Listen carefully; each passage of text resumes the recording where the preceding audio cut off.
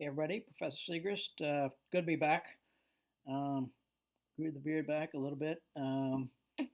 Hopefully, not looking too barbaric. Um, Now I want to give a lecture on varieties of socialism, and this may need to be broken into two. I don't know. I'll have to keep an eye on how long it's taking me to go through my notes here. But I think I'll start with two general categories of socialism. There's revolutionary socialism and reform socialism. Um, so I'll take up the first category first, revolutionary socialism. Here you're talking about basically Marxist communism, right? And various spin offs from that, Marxist Leninism, and then what you had in China officially was Marxist Leninism with Chinese characteristics. That was the way they put it. Well, let me start with a few words on forerunners uh, to the revolutionary socialists, right?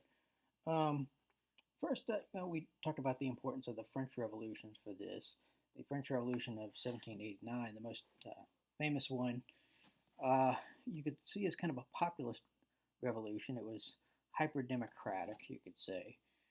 It was the people rising up against the structures of oppression, um, whether conceived in terms of feudal institutions, well, pretty much conceived in terms of feudal institutions, the church, the nobility, and so on, right?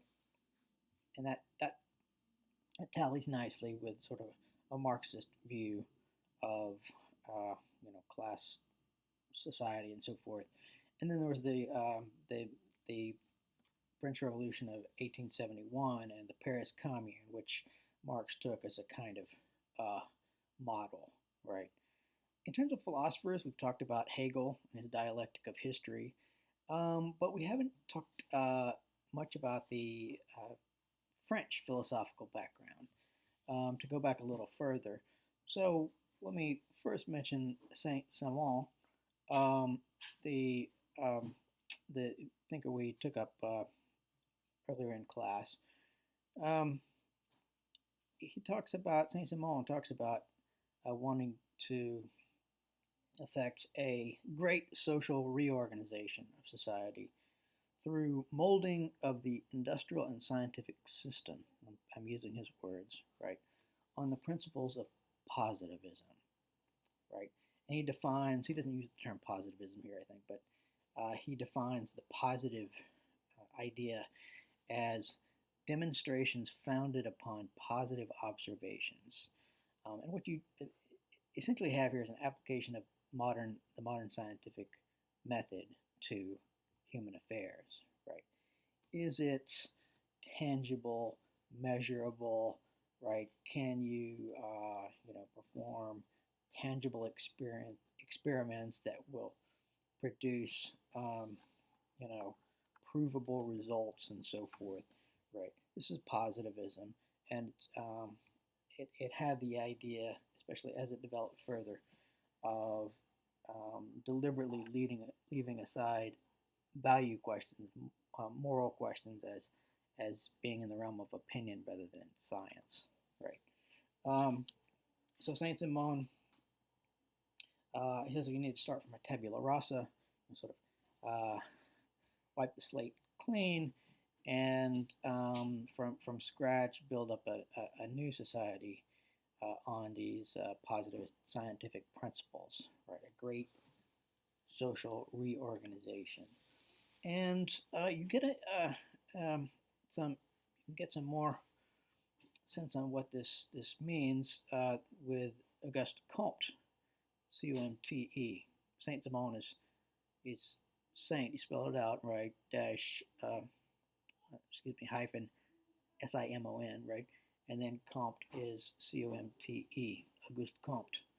And Comte presented a kind of scientific positivism, right? Scientific, maybe you should put in quotes. I don't know. It depends on how you want to understand science. Um, and he put forth a progressive view of history. Remember that history had gone through theological phases where gods were the explanation of things, and metaphysical, where where people thought about reality in terms of abstract principles, right?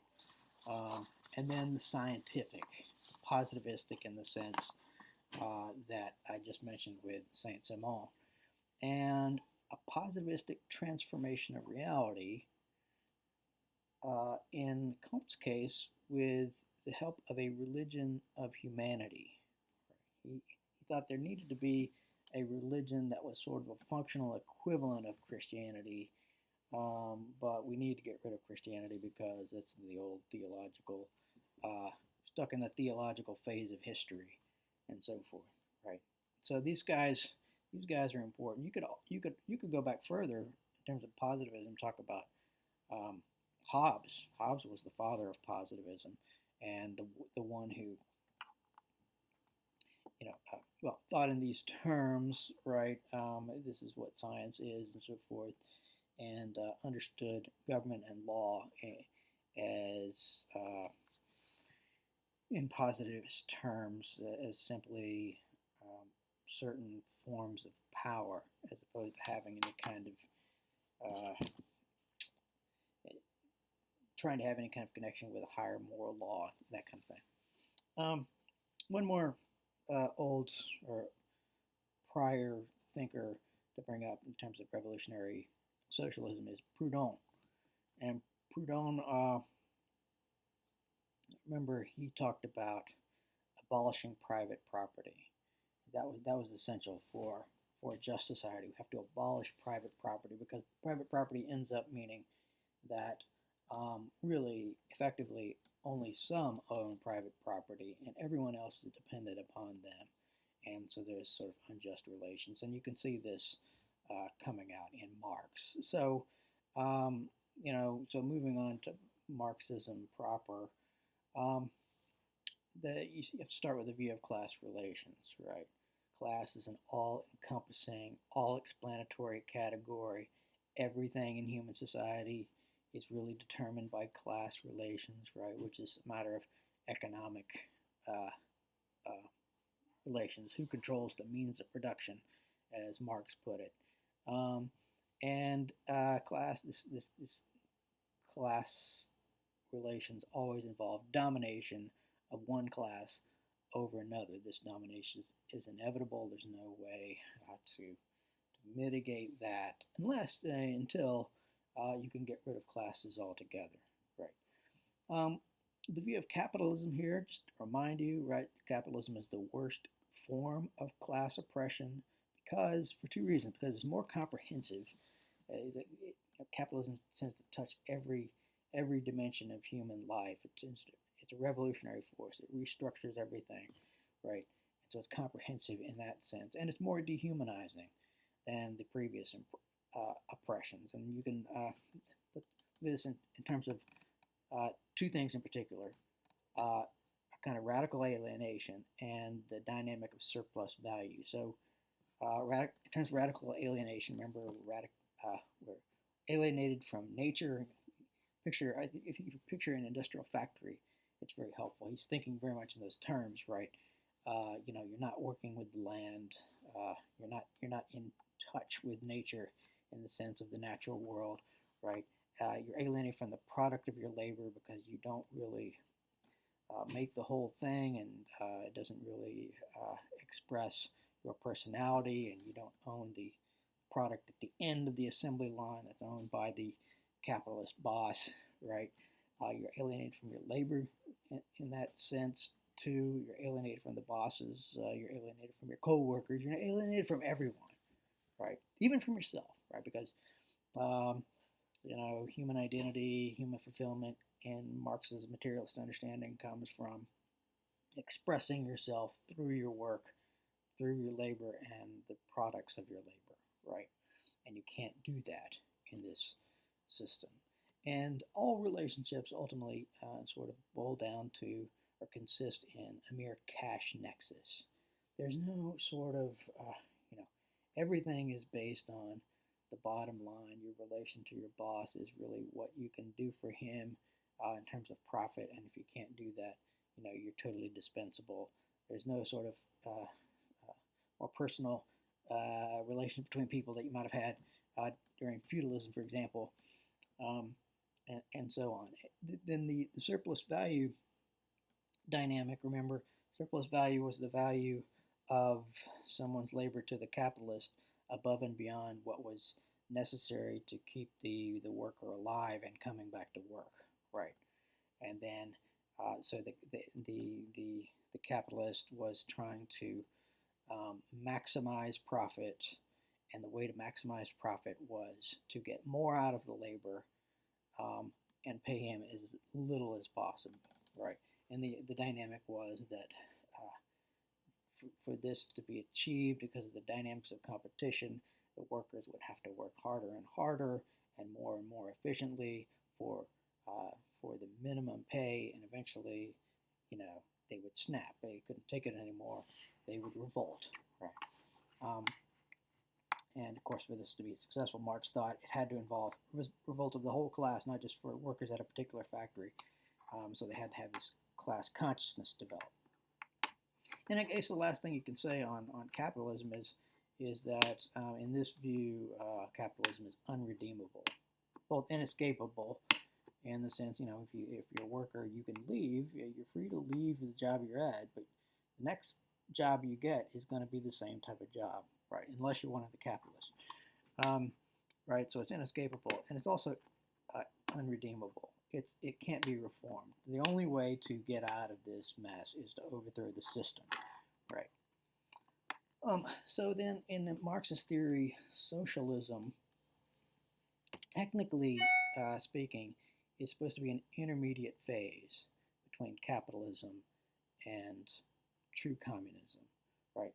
Socialism still involves a class structure, except now, for the first time in history, the people are on top.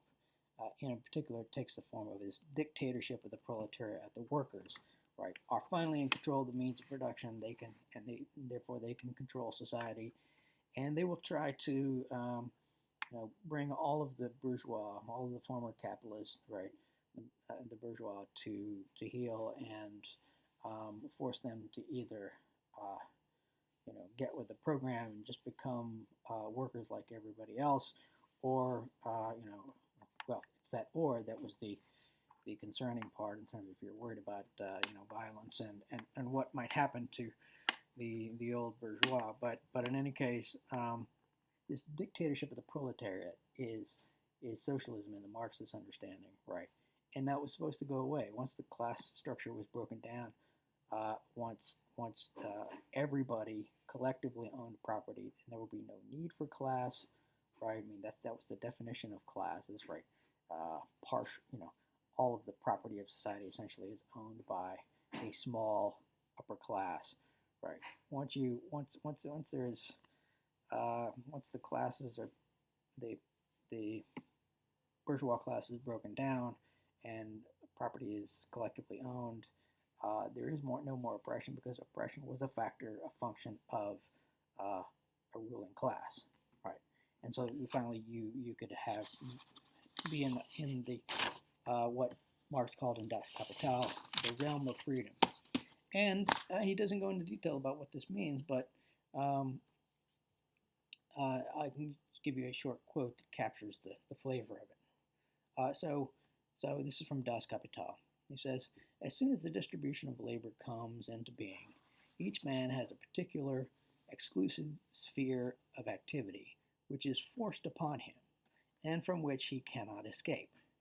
He is a hunter, a fisherman, a herdsman, or a critical critic, and must remain so if he does not want to lose his means of livelihood. While in communist society," here's the realm of freedom, "in communist society, where nobody has one exclusive sphere of activity, but each can become accomplished in any branch he wishes, society regulates the general production and thus makes it possible for me to do one thing today and another tomorrow, to hunt in the morning, fish in the afternoon, rear cattle in the evening, criticize after dinner, just as I have a mind, without ever becoming hunter, fisherman, herdsman, or critic." That's the realm of freedom. The idea is society collectively owns these means of production. Thanks to capitalism, the means of production have sort of been uh, made into a well-oiled machine that virtually runs itself, and we can take turns, sort of running that machine, and that won't really require that much of our time since we're all doing it, right? And then then we can get away from from that kind of work to really genuinely humanly fulfilling work, such as these examples he gives, right?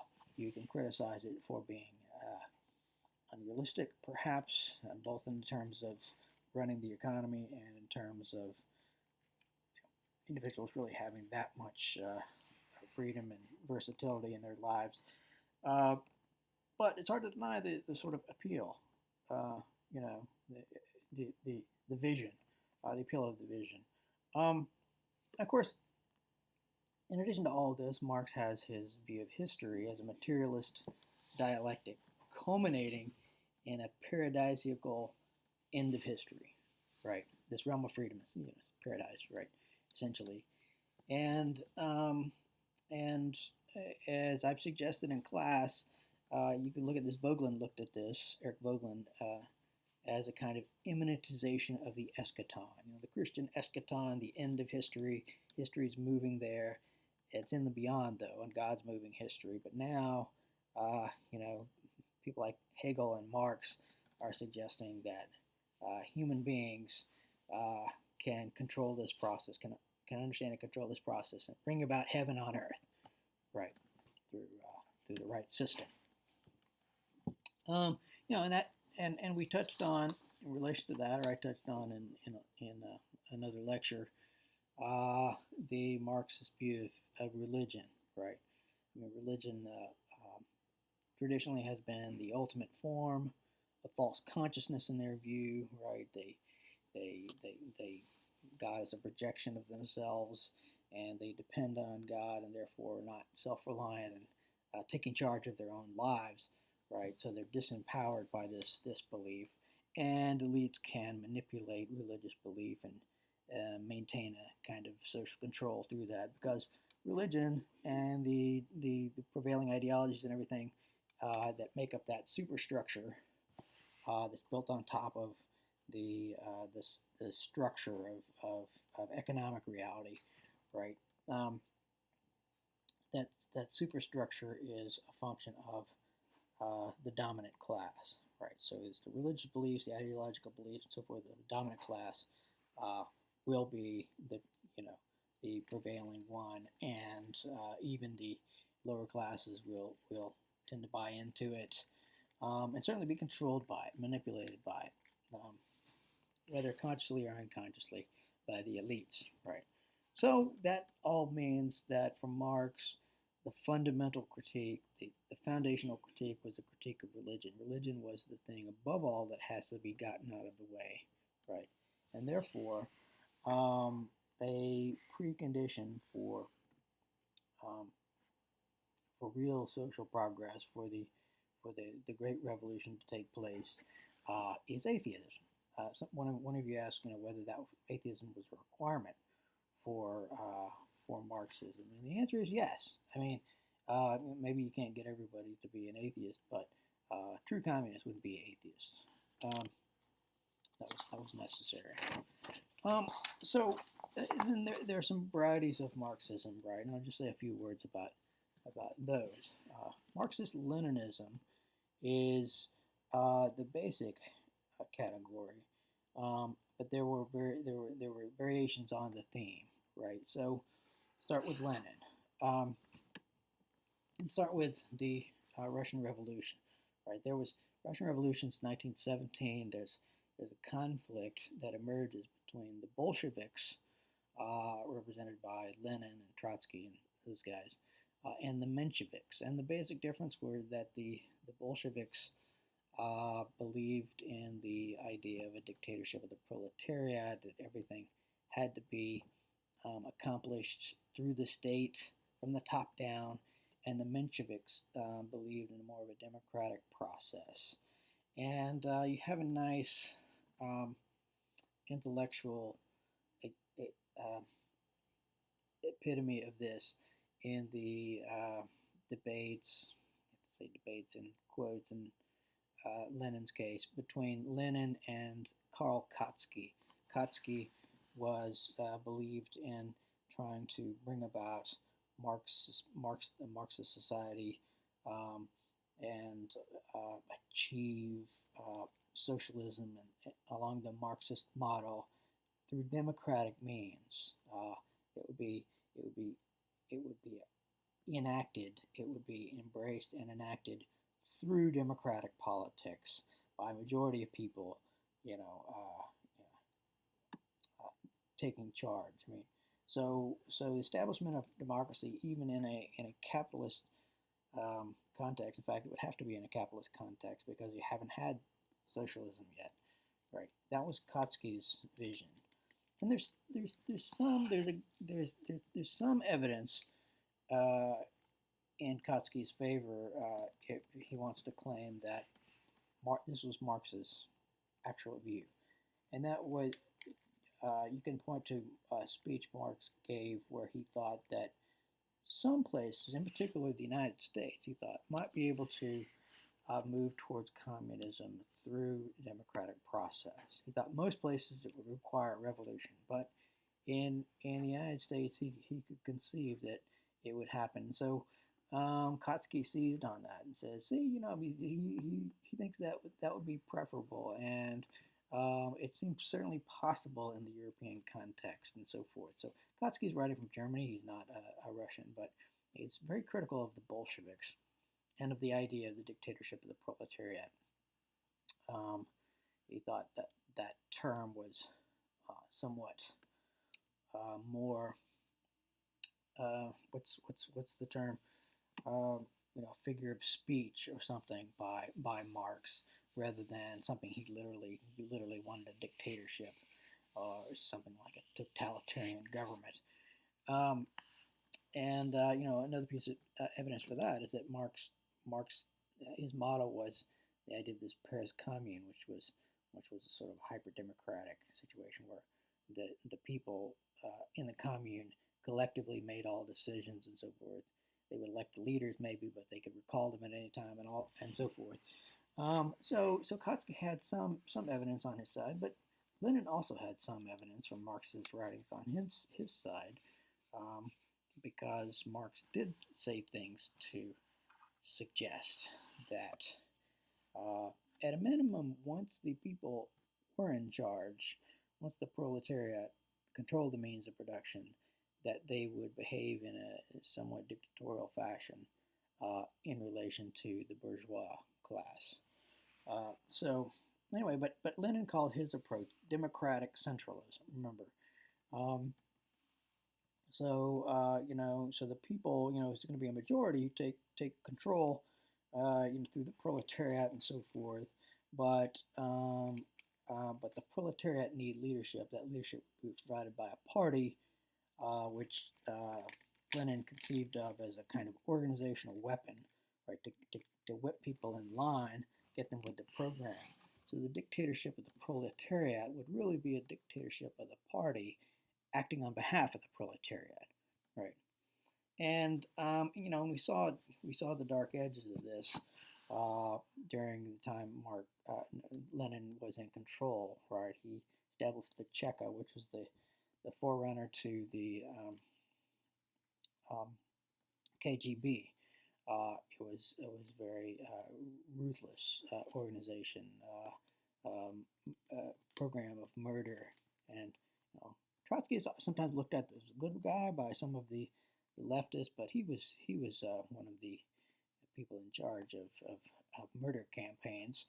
There was the emergence of the surveillance state was in place. There was something called the Red Terror, which was systematic terrorism, state terrorism against the various groups deemed to be intransigent or what have you. Um, so that was the direction Lenin took things, and then Stalin added on a few new things.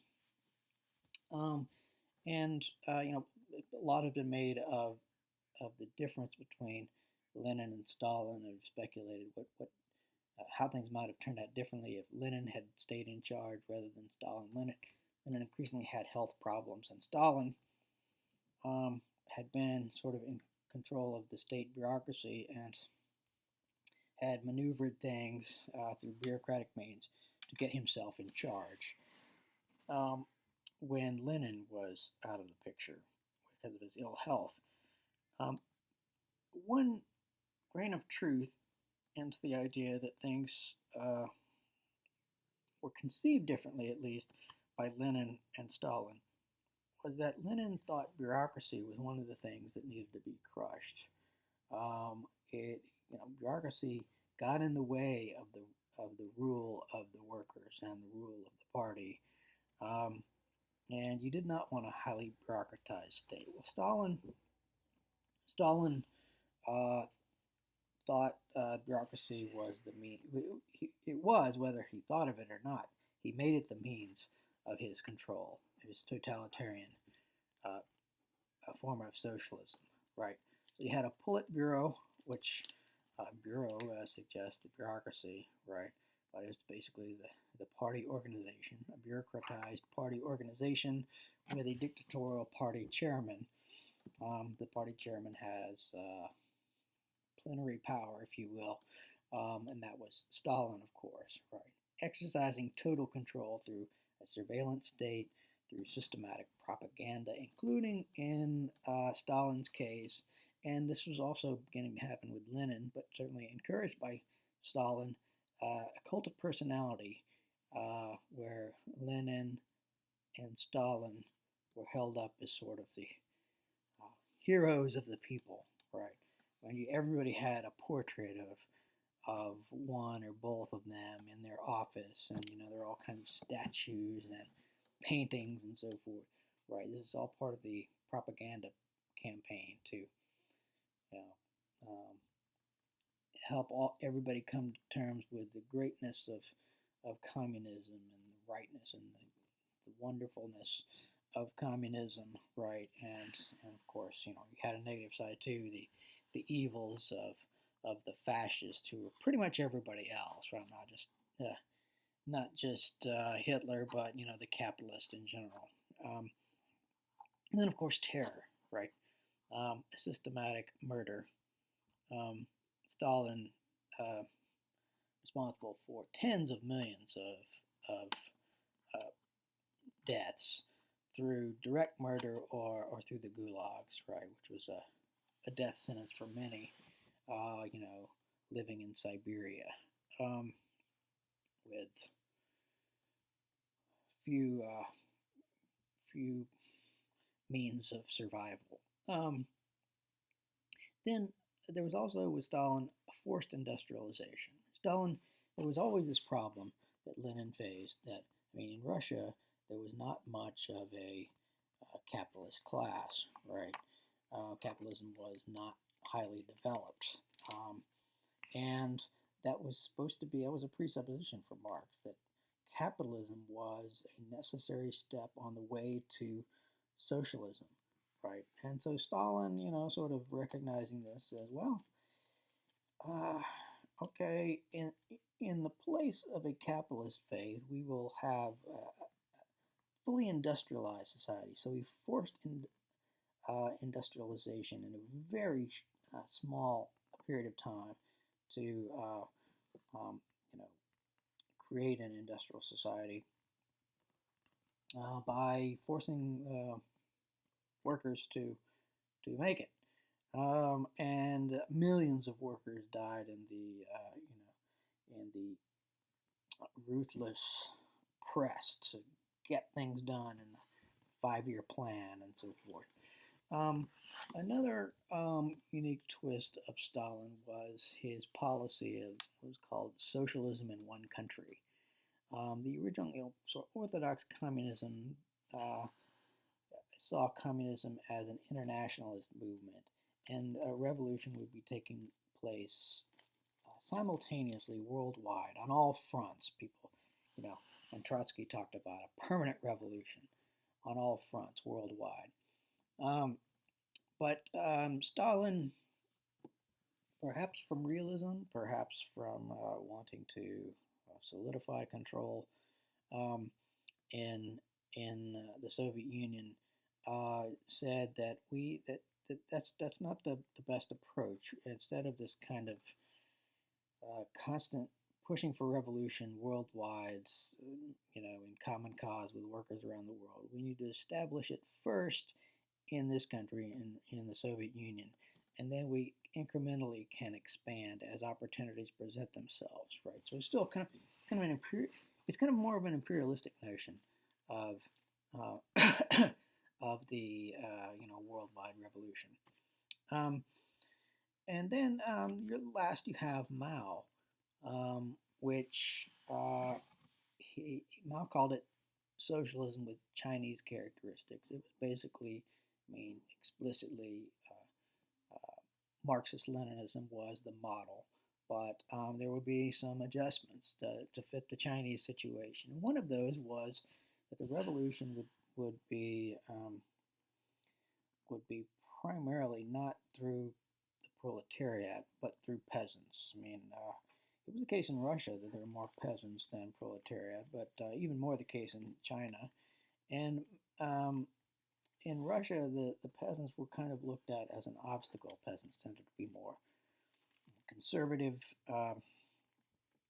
more religious, um, and they would end up being sort of intransigent. And so Stalin was just brutal towards the peasants. He essentially forced a famine in Ukraine that killed something like 35 million or more people. Because he forced them to give up grain requisitions for the state's use, but then did not allow them um, to get grain for themselves, and through trade and so forth. And so it's basically forced starvation. But for Mao, the peasants were the good guys. The peasants were what the revolution was all about in some respects. So Mao still thought the proletariat played a special role in leading the revolution, but the peasants were not an obstacle. The peasants were, part and parcel of the revolution for Mao. He had a kind of totalitarian socialism, very similar to Stalin's, uh, with perhaps the difference that it was a little bit more personalized, a little less bureaucratic, a little more personalized with Mao, even more of a cult of personality with Mao. But still, you had an equivalent of the Politburo with a dictatorial party chairman, and you have a propaganda campaign, not only through the cult of personality, but through things that everyone was supposed to read this little red book of Mao's sayings, to internalize Mao's wisdom. It was commonly called just Mao's Little Red Book, and it's essentially a replacement for the Bible, or what we would, they had different scriptures, right? Different religious traditions than we do, but essentially sacred scriptures, right? And then he also used systematic terror. Um, Stalin and Mao, big murderers, big mass murderers, you could say, accurately. Mao also forced industrialization, much less successfully in many ways, but tried to push through in a very short period. Great leap forward, I think, is what Mao called it. He also, similar to Stalin, took a socialism in one country approach. The focus is on China. There are sort of imperialist tendencies. They wanted to expand, press out, but the focus was on their country, right? Establishing Marxism, Leninism with Chinese characteristics solidly in their neck of the woods, right? And then one other thing he added on what was called the Cultural Revolution, which is a forced transformation of culture as well as the economic system. So, at Mao's urging, you had students going around and sort of like iconoclast, destroying old art and forcing out the professors because they're too elitist or whatever, and they would have placards around them that said, I don't know, identifying them as enemies of the people, standing in the way of popular revolution and so forth. And all art was supposed to be about the people, the common man. You had something like this in this common man type of art in the Soviet Union, but not something quite like the Cultural Revolution, where there are actually people getting killed and humiliated for being learned in the usual sense. Okay, so that's the revolutionary brand of socialism. I want to just raise a few questions based on things that you guys said on a discussion board. First, it was a good question about the source of rights for Marxists. No, if not from God, then from what? And this is a great question because I think Marx is philosophically incoherent on the question of justice. I mean, he has profound indignation and outrage about oppression and so forth, but he has no theory of justice per se. There's no clear basis for justice. He's materialist, right? Where do the values and the principles of right come from, or really are there any? I think Marx's stance at root is a revolt against reality. I mean, remember he wanted to critique reality itself as this veil of tears and transform reality in some ways. Again, that famous statement in the Theses on Feuerbach. Philosophers have tried in many ways to understand the world, but the point is to change it, right? But this is a problem. Philosophically, it's a problem. I mean, on what basis do you get so upset about this? If there are no sort of universal principles of justice, then on what basis do you get so worked up about this? I mean, there's a distinctive, very intense moral fervor to Marx's writings, but based on what? Yeah, it's a good question. A second question relates to religion. One of you, put it in terms of Marx sort of trying to be God or play God or become a God, and this is a good observation. I mean, his rejection of God essentially involves replacing our God with ourselves, right? So there's a kind of religion of humanity in the cult sense, but he also, remember, he said God is a projection of ourselves, and sort of idealized version of ourselves, but instead of looking to this and depending on this and thinking that this is something other than ourselves, if we realize that those are our own qualities, we can empower ourselves and control our own lives and so forth. But effectively what this is saying that we are gods, right? Functionally, it's equivalent. It's not, there's no God there. All of those godlike qualities are ours, right? And Nietzsche was much more explicit on this point. But it was there in Marx, right? The idea Marx talks about man as self-created, right? And there was talk of the socialist man, and this paradisical realm of freedom, something equivalent to maybe a more democratic version of Nietzsche's Übermensch or Superman, Overman, the one who overcomes, um, which Nietzsche was very explicit that this is a substitution for God, and the dynamics are there with Marx too, which is very interesting and worth perhaps contemplating. Another one, you asked an interesting question about happiness. Uh, you know, and I can't remember exactly how it went, but what's the Marxist idea of happiness? And probably you were thinking there of how happiness is is a direct goal of most ideologies. I mean, they talk about this, and certainly in pre-modern philosophy, happiness was the aim. Um, what does this mean for Marx? You could talk about the realm of freedom and that enjoyment of leisure that's suggested there. But there is a distinctive quality of these revolutionary um, and perhaps progressive too uh, um, visions of history, and that is that things are bad now, and they'll only be good in the future, right?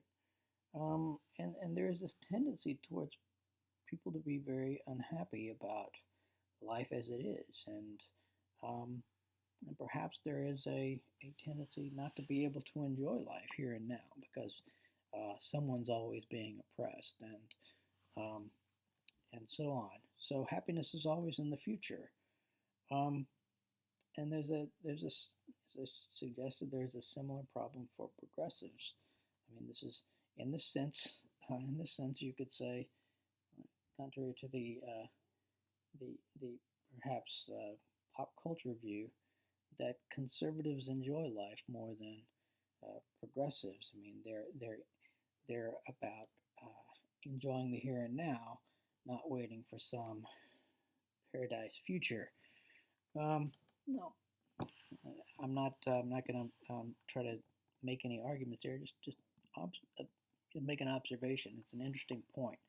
Um, and then finally, regarding capitalism, many of you I said things along the line of is capitalism really so bad? I mean, beyond sort of some of the excesses of the Industrial Revolution period, is it really so bad? Uh, and to the extent it has problems, can it, why can't it be salvaged or reformed from within? Um, and of course, that points us ahead to the reform socialist to talk about momentarily. And then hasn't capitalism in practice actually helped the have-nots more than socialism has? I mean, if you don't compare capitalism to some vision of perfection, but compare it to what actually the alternatives actually are in the real world, um, socialism has often resulted in much greater human misery than, uh, arguably at least, than that you've seen in capitalist society. So, um, um, you know, perhaps uh, perhaps a reasonable view of capitalism, or at least one that I've heard expressed, um, is not that it's unbelievably great and it's positive good in every respect. Acknowledging that it has problems. Um, whether you couldn't say it's uh, sort of to paraphrase Churchill. Uh, Churchill had said that democracy is the worst form of government, except for all the others. Right? Meaning it has problems, but the alternatives are worse. Um, could you say the same thing about capitalism? Capitalism is the worst economic system, except for all the others. Right. Okay. Well, maybe I'll stop here now um, with the socialist lecture just on revolutionary socialism, and I'll do a separate lecture, a separate video on reform socialism. So keep an eye out for that. I'll see you soon.